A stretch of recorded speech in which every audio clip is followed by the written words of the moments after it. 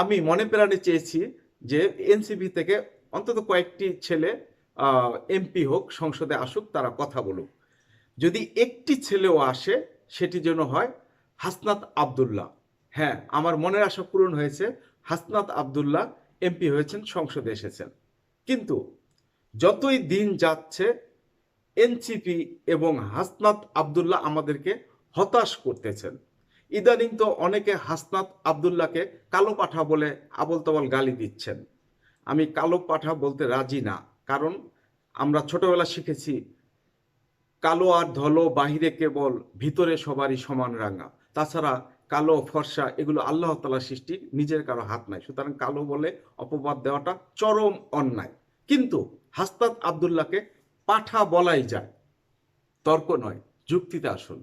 Hasnat Abdullah MP পদের শপথ নিতে আসলেন একটি জার্সি গায়ে দিয়ে। কত বড় বেকুব!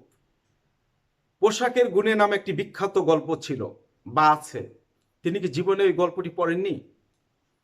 পোশাকের ব্যাপারে যে কিছু নিয়ম রীতি নীতি আছে, এই সম্পর্কে যদি তার জ্ঞান না থাকে তাহলে তিনি কিভাবে এমপি হবেন?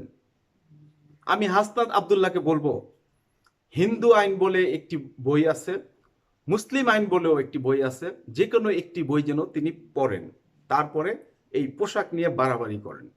2 নম্বর পয়েন্টে আসি। হাসনাত আব্দুল্লাহ সম্প্রতি একটি শিশু বাচ্চাকে সাথে নিয়ে বাচ্চার হাতে একটি পিস্তল দিয়ে মির্জা আব্বাস সম্পর্কে যে সমস্ত কথা বললেন তা আপনারা ইতিমধ্যে দেখেছেন, একটি ভাইরাল ঘটনা।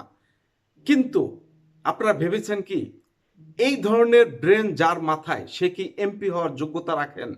একটি ভরাট গলা আর সাহস থাকলে রাস্তাঘাটে লেকচার দিয়ে ফাটায় ফেলানো যায়, মানে ভাইরাল হওয়া যায়। কিন্তু বাস্তবতা অনেক কঠিন, বাস্তবতা এত সহজ না। হাসনাত আব্দুল্লাহ লাখ টাকার খেজুর নিয়ে খুব লম্ফঝম্প করলেন, আর ত্রাণের 100 কোটি টাকা যে মেরে দিলেন সেই হিসাব চাইতে গেলে একবার বলে 12 কোটি টাকা, আরেকবার বলে ইউটিউব ঘেটে আপনারা হিসাব নেন। ওই বেটা, আমরা কি তোর চাকর নাকি? আমরা ইউটিউব ঘাটতে যাব কেন? আমাদের টাকা নিছস, টাকার হিসাব দে। এখন আসি সর্বশেষ পয়েন্টে, এবং অত্যন্ত গুরুত্বপূর্ণ পয়েন্ট এটি।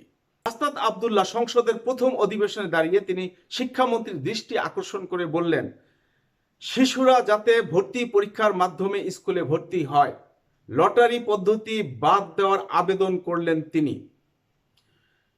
শিশুরা যদি ভর্তি পরীক্ষার মাধ্যমে স্কুলে ভর্তি হতে যায়, সেক্ষেত্রে তাকে কোচিং করতে হবে। তার মানে হাসনাত আব্দুল্লাহ কি করলেন? কোচিং বাণিজ্যকে উৎসাহিত করলেন। কোচিং করতে গেলে অনেক টাকা পয়সার প্রয়োজন, অনেক ঝুট ঝামেলার প্রয়োজন। এখানে গরিবের সন্তানেরা কোচিং করতে পারবে না, সুতরাং তারা নামি দামি বা ভালো স্কুলে ভর্তি পরীক্ষায় চান্সও পাবে না। হাসনাত আব্দুল্লাহ কি করলেন তাহলে? গরিব এবং ধনীর মধ্যে একটি বৈষম্য তৈরি করে দিলেন। গরিবের ছেলেরা যাতে ভালো স্কুলে ভর্তি হতে না পারে সে বিষয়ে তিনি আবেদন রাখলেন।